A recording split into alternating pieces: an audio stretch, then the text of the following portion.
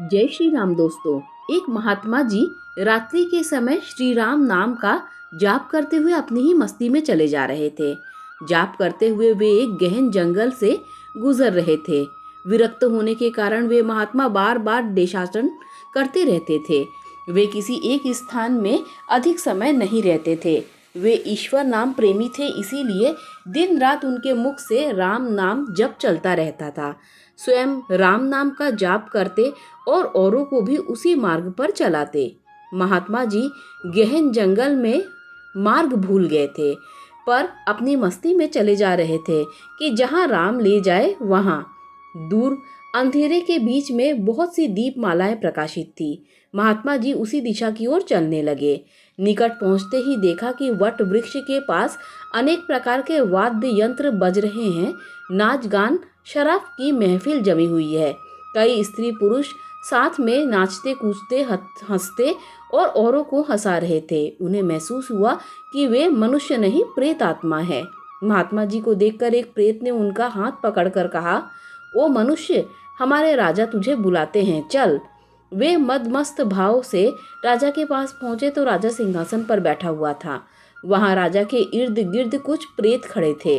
प्रेत ने कहा, तुम इस ओर क्यों आए? हमारी मंडली आज मदमस्त हुई है। इस बात पर तुमने विचार नहीं किया? तुम्हें मौत का डर नहीं है? अट्टहास करते हुए महात्मा जी बोले, मौत का डर? और मुझे? राजन, जिसे जीने का मोह हो उसे मौत का डर होता है। हम साधु लोग तो मौत को आनंद का विषय मानते हैं। यह तो देह परिवर्तन है जो प्रारब्ध कर्म के बिना किसी से भी नहीं हो सकता। प्रेतराज बोले, तुम जानते हो हम कौन हैं? महात्मा जी बोले, मैं अनुमान करता हूँ कि आप प्रेत आत्मा हो। प्रेतराज बोले, तुम जानते हो लोक समाज हमारे नाम से कांपता है। महात्मा जी बोले, प्रेतराज, मुझे मनुष्य में गिनने की गलती मत करना। हम जिंदा दिखते हैं हुए भी जीने की इच्छा से रहित मृत तुल्य हैं। यदि जिंदा मानो तो भी आप हमें मान नहीं सकते। जीवन मरण कर्माधीन है। मैं एक प्रश्न पूछ सकता हूँ? महात्मा जी की निर्भयता देखकर प्रेतों के राजा को आश्चर्य हुआ कि प्रेत का नाम सुनते ही मर जाने वाले मनुष्यों में एक इतनी निर्भयता से बात कर रहा है। सचमुच ऐसे मनुष्य से बात करने में कोई हर्ज नहीं है। प्रेत आत्मा बोला, पूछो क्या प्रश्न है? महात्मा जी बोले, प्रेतराज, आज यहाँ आनंदोत्सव क्यों मनाया जा रहा है? प्रेतराज बोले, मेरी इकलौती कन्या योग्य पति न मिलने के कारण अब तक कुंवारी है, लेकिन अब योग्य जमाई मिलने की संभावना है। कल उसकी शादी है, इसीलिए यह उत्सव मनाया जा रहा है। महात्मा जी बोले, तुम्हारा जमाई कहाँ है? मैं उसे देखना चाहता हूँ। प्रेतराज बोले, जीने की इच्छा के मोह के त्याग करने वाले महात्मा, अभी तो वह हमारे पद प्रेत योनि को प्राप्त नहीं हुआ है। वह इस जंगल के किनारे एक गांव के श्रीमंत का पुत्र है। महादुराचारी होने के कारण वह इस समय भयानक रोग से पीड़ित है। कल संध्या के पहले उसकी मौत हो जाएगी, फिर उसकी शादी मेरी कन्या से होगी।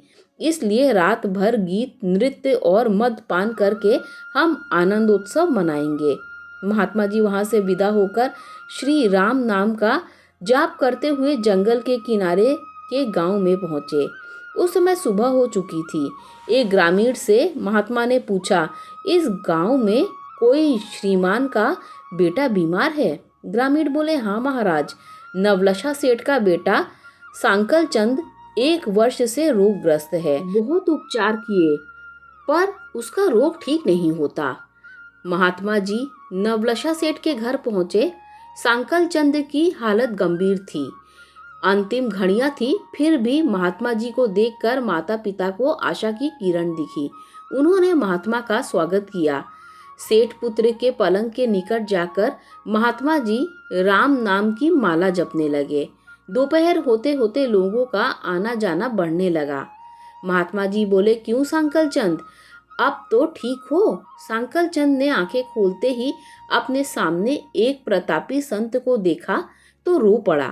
बोला, बाबा जी, आप मेरा अंत सुधारने के लिए पधारे हो। मैंने बहुत पाप किए हैं, भगवान के दरबार में क्या मुंह दिखाऊंगा।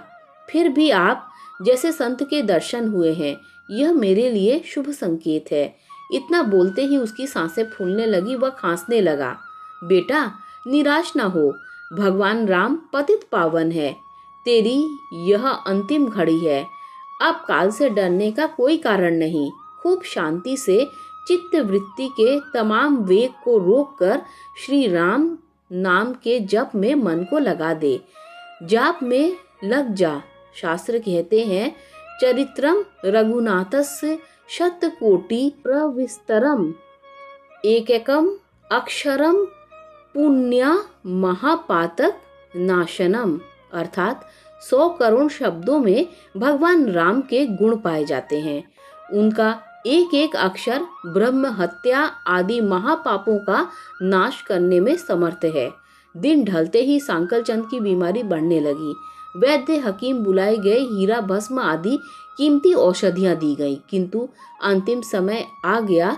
यह जानकर महात्मा जी ने थोड़ा नीचे झुककर उसके कान में राम नाम लेने की याद दिलाई।